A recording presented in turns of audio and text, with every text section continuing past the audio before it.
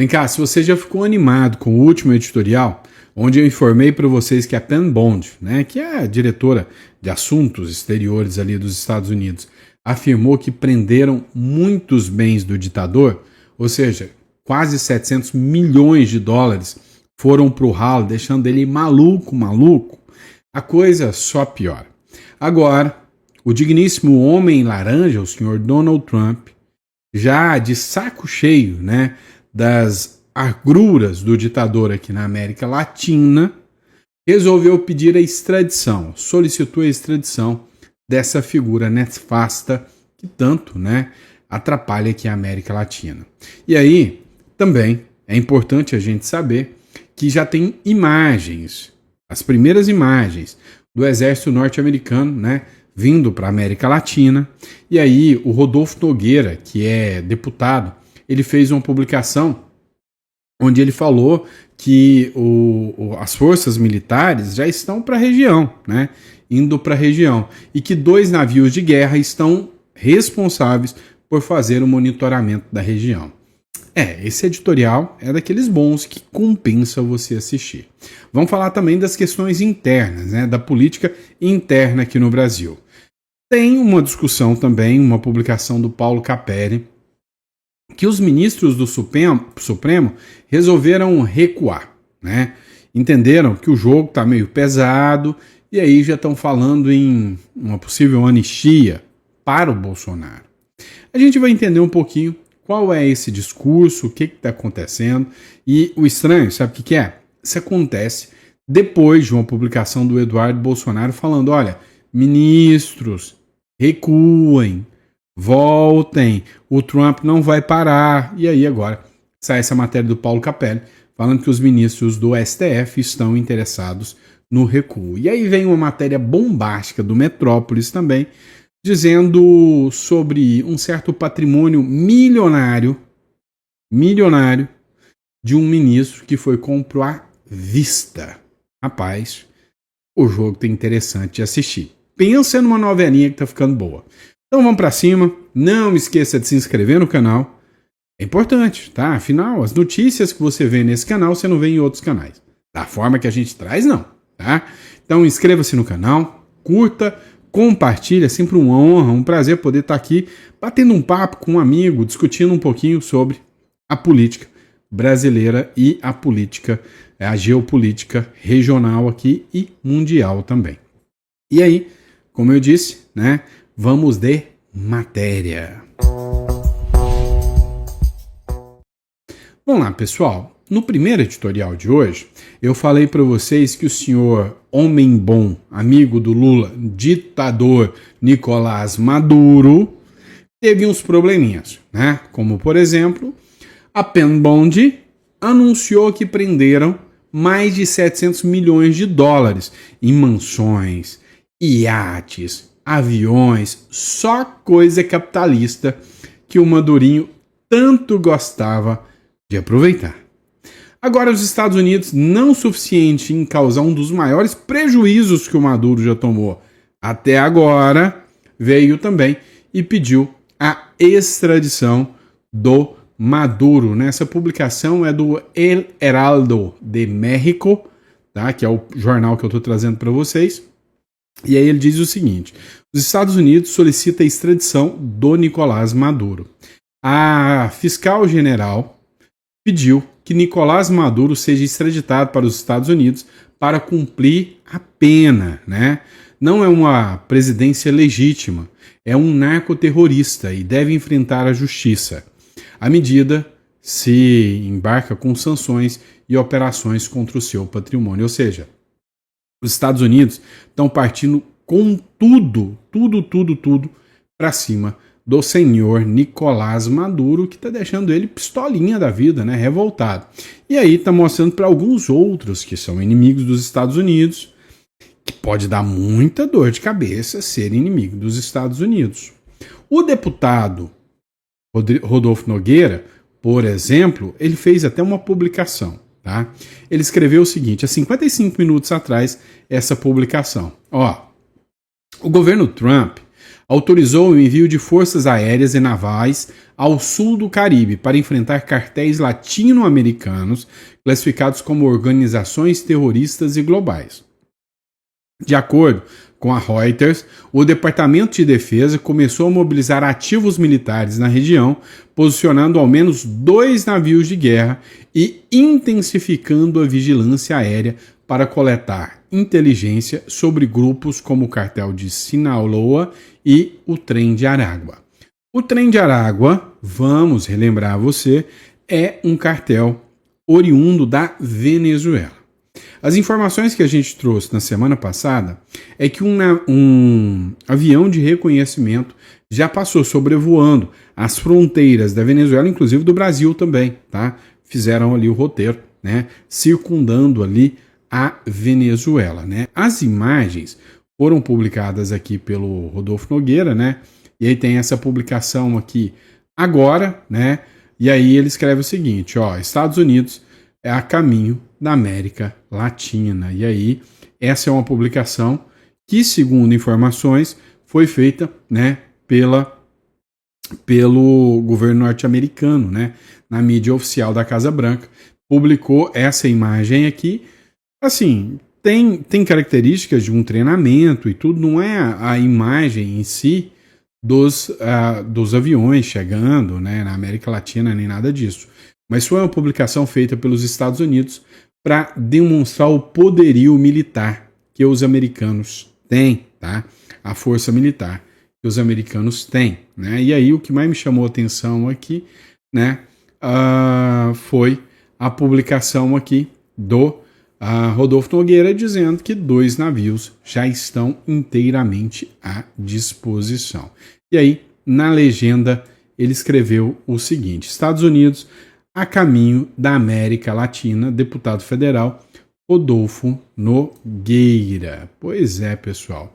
E aí, o que vocês acham sobre tudo isso? Será que vai dar alguma coisa ou é só conversa fiada? O que me chamou a atenção foi algumas publicações aqui, né? Alguns comentários na publicação do Rodolfo Nogueira. Né? O Jurubeba Gravações escreveu aqui, ó, coisa linda. Primeiro Maduro, depois o Luiz, né? Ó, passa pelo Rio de Janeiro e Bahia, pelo amor de Deus. Tem um cartel aqui no Brasil também, chama MST. Pode começar por eles, tá? E aí o pessoal, tudo aqui, né?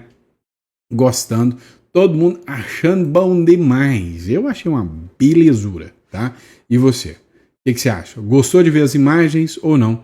Coloca no comentário. Quero saber a sua opinião. Vamos lá, agora vamos falar aqui da região, né? O bicho aqui tá pegando literalmente, não tá fácil, principalmente para quem é inimigo dos Estados Unidos. Dá uma olhada só nessa publicação. O Vinícius Carrion, ele escreveu aqui em cima da publicação, né? O título da publicação é esse aqui, ó. Ministros do STF discutem recuo possível em meio à crise com os Estados Unidos. Integrantes do STF discutem em conversas reservadas uma saída para amenizar a pressão dos Estados Unidos e evitar o recuo no julgamento do Bolsonaro. Ou seja, se eles recuarem no julgamento do Bolsonaro, vai ficar muito feio, vai ficar esquisito, tá? Vai dar uma impressão de que eles se acovardaram diante do Donald Trump. Nada demais. Se fosse eu já estava morrendo de medo do Donald Trump. Vamos ser sinceros, né? Mas a grande verdade aqui é que eles têm um plano. Condena o Bolsonaro, depois anistia ele. Interessante, não? A proposta consiste em uma anistia pós-condenação do Bolsonaro. Ou seja, vem, condena Bolsonaro e depois deixa o Congresso votar a anistia, dando anistia para o Bolsonaro pelo crime para o Bolsonaro, nem o pessoal do Rio de Janeiro se manter preso. Mas passando uma borracha e tudo, apagando tudo e não tirando a inelegibilidade do Bolsonaro. E também outros que são réus sentenciados pela ladainha do golpe também seriam todos anistiados. O que eu gostei aqui foi o comentário do Luiz Gabriel aqui nessa publicação do Vinícius Carrion, que disse o seguinte: foi assim que desgraçaram a vida do Daniel Silveira. Se querem abaixar a bola, comecem colocando tudo na primeira instância. Aí sim, falta anistia, né? Bom argumento, bom comentário. PEC do fim do foro privilegiado precisa ser aprovada o mais rápido possível. E eu concordo plenamente, né? E aí vem cá, o jogo tá ficando interessante, tem ministro querendo desistir e já tem gente querendo assumir a vaga. Quer saber quem? Vou te mostrar. Mas olha aqui uma publicação da Folha de São Paulo, né? Olha só o que diz a Folha de São Paulo aqui, ó. Gilmar Mendes defende Rodrigo Pacheco para o STF e diz que a corte é jogo para adultos, para gente grande, né? A expectativa sobre a saída, adivinha de quem? Do Luiz Roberto Barroso do tribunal abre corrida de candidatos para substituí-lo. E aí, além do Gilmar Mendes, adivinha quem? O Alcolumbre, que deve muito, né, para o Pacheco, porque se não fosse o Pacheco, o Alcolumbre hoje não seria presidente do Senado. O Alcolumbre já entrou na briga chamando, né, a discussão para o lado dele, tá? Chamando a discussão para o lado dele. E aí falou, não, ó, precisamos colocar o Pacheco. Então assim, já vai se acostumando. A ideia é que o Barroso recue para não ter sanção da Magnitsky, pega uma embaixada na Europa e fica livre, leve e solto, e o Pacheco, que já é uma pessoa sancionada, né, já perdeu os vistos americanos, aí o Pacheco, neste caso, né, assume a vaga do Supremo Tribunal Federal. Fica feliz com o Pacheco? Eu não. Ah, mas eu não. Vem cá. Essa aqui é daquelas boas mesmo. Dá uma olhada na matéria aqui do Perdeu Mané, do Metrópolis. Barroso pagou um imóvel de 22 milhões nos Estados Unidos à vista. A taxa de condomínio é 15 mil reais, só o condomínio. O imóvel está em nome de uma offshore. Depois vocês falam por que o Sandro faz offshore. Até os ministros do STF fazem para se defender. Agora você imagina, defender do Trump aí já é de sacanagem. Você faz um offshore nos Estados Unidos para se defender do Trump, aí é sacanagem. Então olha só. Ele fez tudo em nome de uma offshore pertencente aos filhos do Barroso. Ah, cara, essa estrutura é maravilhosa. Presta atenção. Vamos falar da offshore, né? E aí, deixa eu até mostrar para vocês aqui, né? Ó, Barroso, offshore, e aí, tá aqui, né? As fotos do pequeno, grande palácio do Barroso. É o seguinte, o que você faz na estrutura da offshore? Aqui no Brasil, tem um negócio chamado imposto de herança. Imposto de herança. Se você construir a offshore numa estrutura adequada, o que você vai fazer? Você tem esse patrimônio, você manda esse dinheiro lá para essa jurisdição e você vai adquirir o seu patrimônio através dessa empresa que você criou. Só que você faz isso adquirindo no nome dos seus filhos, é o que o Barroso fez, ou você adquire no seu nome, se a jurisdição necessária é essa, e depois vai passando as cotas para os seus herdeiros. Detalhe, você se mantém como administrador total de tudo isso, numa situação em que o patrimônio está lá fora, tá? E aí o resultado é o seguinte, se e somente se, presta atenção, tá? Se e somente se você precisar fazer uma pesquisa no Banco Central, se você estiver devendo alguém, não tem nada no seu nome, você está totalmente protegido, né, de possíveis ações, demandas. Isso é offshore. E aí se você precisa de alguém para fazer offshore para você, um especialista, um cara bom, um cara assim que sabe, manja das coisas, desde 2013, clica aqui na descrição e eu tô aqui para te ajudar. Achou que eu ia perder a chance de fazer o meu merchan, né? De jeito nenhum. Eu sou bom nisso, modéstia à parte, tá? Então, assim, brincadeira à parte, a estrutura de offshore é uma estrutura que realmente te protege e te blinda. Não à toa o Barroso fez essa estrutura e como a estrutura está no nome dos filhos dele, ele provavelmente é o administrador de tudo. Mas a grande questão é, está no nome dos filhos, não tem nada no nome dele. Quem vai pegar? Ele, o Donald Trump. Aí já é outra história. Eu não consigo te defender do Donald Trump. Vamos deixar bem clara essa situação. Mas enfim, para você entender um pouquinho mais essa brincadeira, entenda. É pesado o que aconteceu. Por quê? Porque assim, não condiz, né? Pagar 22 milhões à vista, você tem que ter caixa para isso. E aí pode ser que levantem questionamentos acerca do patrimônio do ministro. Pode ser, tá? Só você dar uma olhada nessa matéria do Metrópolis que você vai entender um pouquinho, tá? Que o presidente do Supremo, o ministro Luiz Roberto Barroso, ele tem um apartamento ali em Key Biscayne, que é ali na região da Flórida, uma região de ricos e milionários, né? Essa região onde ele está, não é Miami Beach. E esse apartamento custou, né, 22 milhões de reais. O que a gente está mostrando hoje é que esse apartamento foi comprado à vista pelo ministro, não foi um apartamento financiado. O ministro já estava no Supremo Tribunal Federal quando o contrato desse apartamento foi fechado. O que o ministro disse pra gente é que ele comprou o imóvel na planta antes dele assumir a vaga ali no Supremo Tribunal Federal. Mas o cartório ali dos Estados Unidos mostra que, na verdade, a transação só foi formalizada mesmo, Neila, quando ele já estava no Supremo Tribunal Federal. O condomínio desse apartamento é bem salgado, viu, Neila? 15 mil reais por mês. Uau. É o condomínio que o ministro precisa despender para pagar esse imóvel. A gente está vendo aí imagens, né, desse local. Quem morava nesse imóvel era o filho do ministro, que trabalhava, né, no BTG, para o BTG lá dos Estados Unidos, e que decidiu voltar para o Brasil, não retornar mais ao solo americano, justamente por conta dessas ameaças que o Donald Trump tem feito de atingir não só os ministros, como seus familiares. Então o filho do ministro voltou para o Brasil, não sei o que eles vão fazer agora com esse apartamento, mas o fato é, se o ministro Barroso for alvo mesmo da Magnitsky, como se ameaça, esse imóvel e qualquer operação financeira que ele tiver nos Estados Unidos vai ficar congelado por conta da força da lei. Até agora a lei não alcançou o presidente do Supremo, Neila. Até agora não, mas vem cá.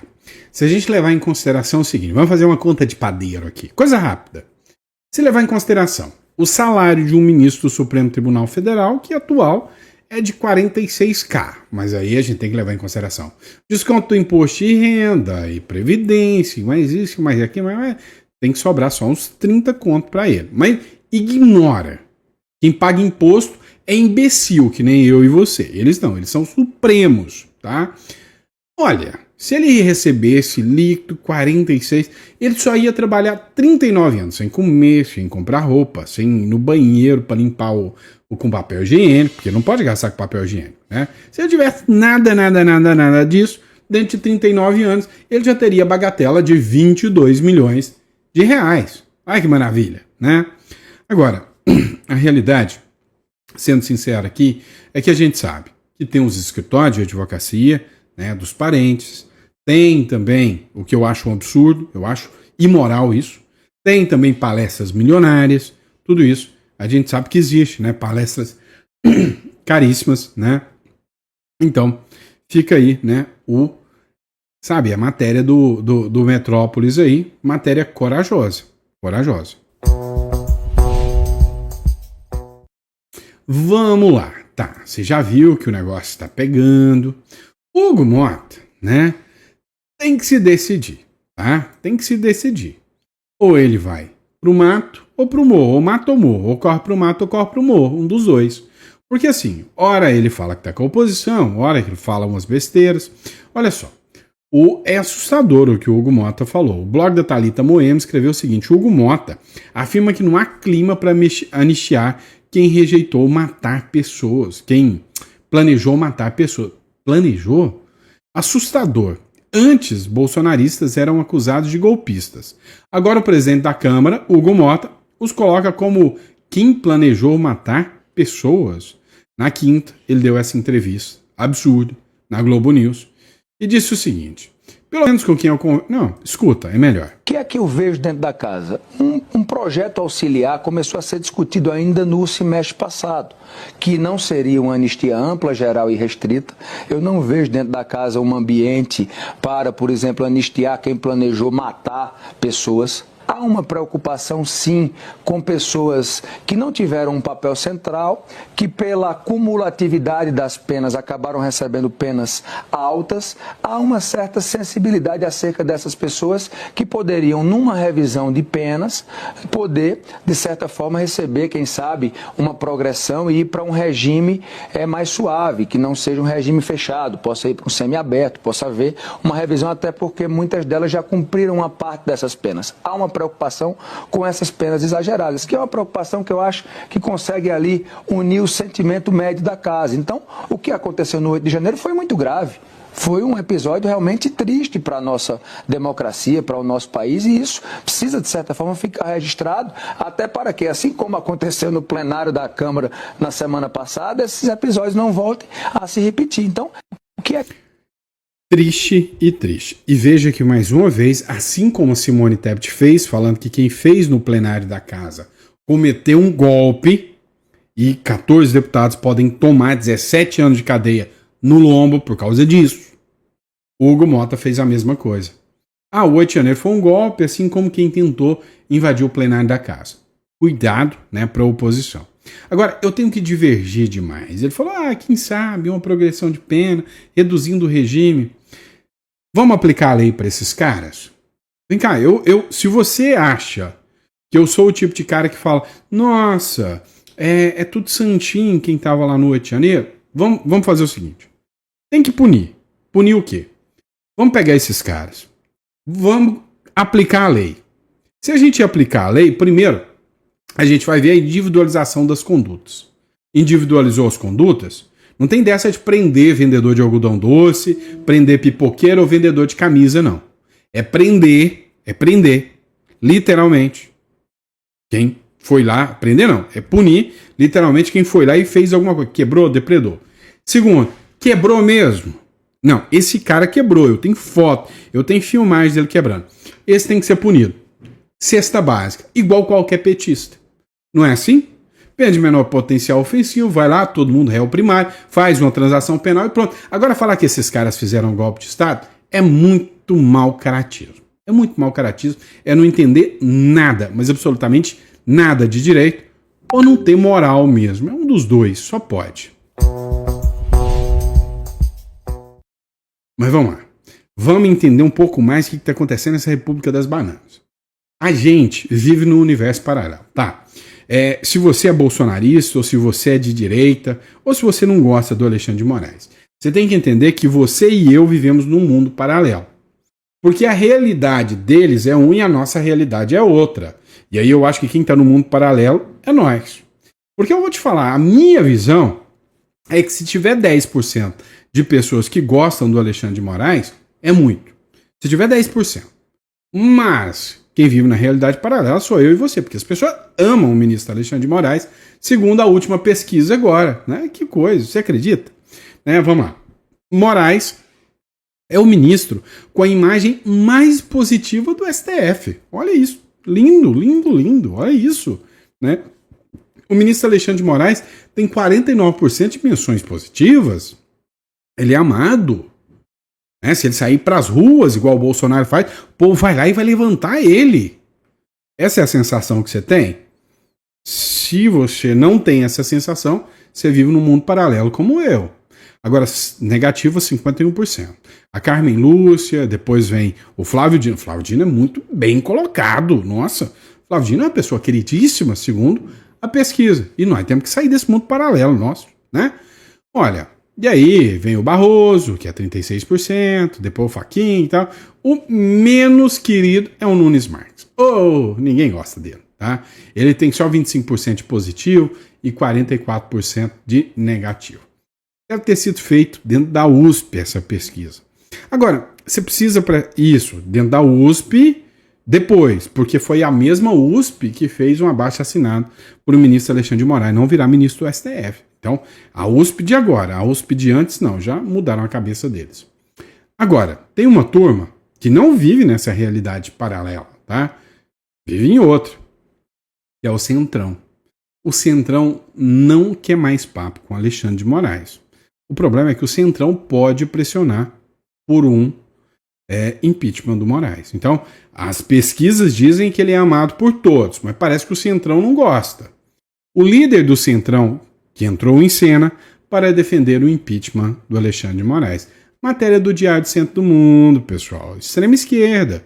Senadores relataram que o Gilberto Kassab, presidente do PSD, teria tentado influenciar parlamentares do seu partido para assinarem um pedido de impeachment contra o ministro Alexandre de Moraes. Ora. Então quer dizer que o Kassab, o malvadão, não gosta do herói do povo, Alexandre de Moraes? Que isso, gente? Tem mais. Olha só. Hugo Mota. Há um sentimento de aversão ao Supremo Tribunal Federal, diz Mota sobre o fim do foro. Ou seja, o Mota também está na mesma realidade paralela. Ele também pensa que todo mundo tem aversão. Aversão é aquele negócio que você olha assim e fala... né? Isso é aversão, tá bom? O presidente da Câmara dos Deputados, Hugo Mota, afirmou que há um sentimento de aversão de parlamentares em relação à atuação do Supremo Tribunal Federal. A declaração ocorreu em entrevista à Globo News, ao comentar a proposta de emenda à Constituição, PEC, do fim do foro privilegiado. A pauta é defendida por congressistas da oposição. Não é só oposição, não. Hoje, a base do Centrão já não está muito satisfeita com o ministro Alexandre de Moraes. Agora, quando chega até no UOL para um senador de Centrão falar que defende o impeachment do Moraes desde 2019, é porque o pessoal está querendo assar a batata dele. Ou eu estou errado? Então presta atenção. No UOL, o senador de Centrão, Alessandro Vieira, comentou sobre um eventual impeachment do ministro STF, Alexandre de Moraes. Escuta isso. Senador, aproveitando a sua presença aqui, quero muito falar também sobre essa discussão que está acontecendo no Senado em relação ao impeachment de Alexandre de Moraes, né? O senhor, inclusive, assinou o pedido, né, para que isso seja debatido, discutido, colocado em votação. O senhor defende o impeachment de Alexandre de Moraes? Eu defendo o impedimento do ministro Alexandre desde abril de 2019, quando foi instaurado o inquérito das milícias digitais, ou fake news. Eu acho que o ministro Alexandre extrapola do seu poder constantemente. Mas a tramitação do pedido de impeachment não depende de assinaturas. Ela depende da vontade unilateral do presidente da Casa. E o presidente da Casa, o senador Davi Alcolumbre, já disse várias vezes que não vai colocar em pauta um pedido de impeachment nesse momento. Então, acho que a gente tem que ter a compreensão do fato, né? A gente está às vésperas do julgamento pela primeira turma do Supremo Tribunal Federal do ex-presidente Jair Bolsonaro. Imagina-se que ele será condenado e aí se inaugura um novo momento de discussão dentro da Justiça, através de recurso, naturalmente, deve ter recurso para o Pleno, e dentro do Congresso vai se tratar disso. Mas o que não pode se aceitar nem é o acobertamento de excessos e de abusos, e nem muito menos uma rendição para uma extorsão, seja ela de atores externos ou internos. É um problema nacional. Eu sou um crítico do funcionamento da cúpula do Judiciário há muito tempo. Aponto com muita clareza vários fatos concretos que exigem a apuração, até porque são pessoas, são seres humanos, eles erram e acertam do mesmo jeito que a gente erra e acerta. Mas isso tudo tem que ser feito com sobriedade, com frieza. Então é uma questão de coerência. Gostei da fala desse senador. E você? O que você achou? Né? Mas assim, para continuar nesse assunto aqui, até a turma da Globo já está reconhecendo excessos do ministro Alexandre de Moraes. Olha só. O que foi publicado aqui pelo Bibo Nunes, que é deputado, né? Ele publicou assim, ó. Nem a Globo está mais conseguindo passar pano para a ditadura da toga. Foi o que escreveu o Bibo Nunes, citando aqui o Demétrio Magnoli. Não devemos usar Donald Trump para tapar o sol com uma peneira. Há problemas, sim, sobre liberdade de expressão ligados ao Supremo Tribunal Federal. E não apenas, nem principalmente, a Bolsonaro. E isso não é de agora. Se a gente fizer um histórico, nós vamos ver que lá atrás, em 2018, o Supremo Tribunal Federal proibiu uma entrevista que Lula concederia a partir da prisão, Em 2019, o Supremo censurou uma matéria da revista Cruzoé. Depois disso, começou a derrubar em massa perfis de figuras bolsonaristas do submundo da internet. E, finalmente, proibiu Jair Bolsonaro de usar redes sociais e, no fundo, atualmente, inclusive, de dar entrevistas, não pode usar celular e por aí afora. Não se pode alegar que isso é uma excepcionalidade ligada ao golpismo, porque começou bem antes da tentativa de golpe de Bolsonaro e continua depois que os golpistas foram derrotados, estão no banco dos réus, o chefe deles se encontra em prisão cautelar. Então não se pode alegar que é uma excepcionalidade que vem lá de trás, de 2018, porque é a excepcionalidade permanente, né? Então, segundo o Magnoli, é uma exceção permanente. E tribunal de exceção não é possível aqui na República das Bananas. Simples assim. E aí, pessoal, espero que vocês tenham gostado do nosso editorial. Sempre um prazer e uma honra poder estar aqui trazendo conteúdo para vocês, tá? Vamos lá. Meu merchan, né? Claro, né? A gente já encerra o dia hoje trazendo conteúdo para vocês. É o seguinte, a offshore, tá? Hoje, a gente já trabalhei com Bahamas, tá? BVI, Dubai, tá? Nenhum desses... Paraguai, tá? Nenhum desses tem uma estrutura tão sólida e robusta e uma segurança jurídica, né? Assim como você teria no Uruguai. Tá? Eu comparo hoje o Uruguai com Suíça. E aí os custos são diferentes. Tá? O que é a grande vantagem? É como eu te mostrei. Imagina, se você tem coisas no seu nome, patrimônio no seu nome, você tem o risco de perdê-la por processos, ações, demandas. Agora, se está no nome de uma empresa que não sofre impacto, não sofre risco e é difícil de investigar, você tem menos risco. É isso que é uma offshore. E não é uma coisa tão cara, tão absurda. Tá? É o que o Barroso tem. Então você não precisa ter um apartamento de 22 milhões para ter uma offshore. E aí o pessoal fica lá mirando, né? Eu miro a Suíça, eu olho a Suíça. Eu vou te falar, há muito tempo eu já não quero nem saber de Suíça mais. Né? Há 13 anos que eu trabalho com isso. Hoje, eu garanto, escuta o que eu estou te falando, o Uruguai é uma das estruturas mais sólidas e confiáveis por não ser um paraíso fiscal, por ter um compliance muito bem adequado, não serve para corrupto, tá? Se você quer esconder dinheiro ilícito, esquece, não é? O Uruguai não serve para você.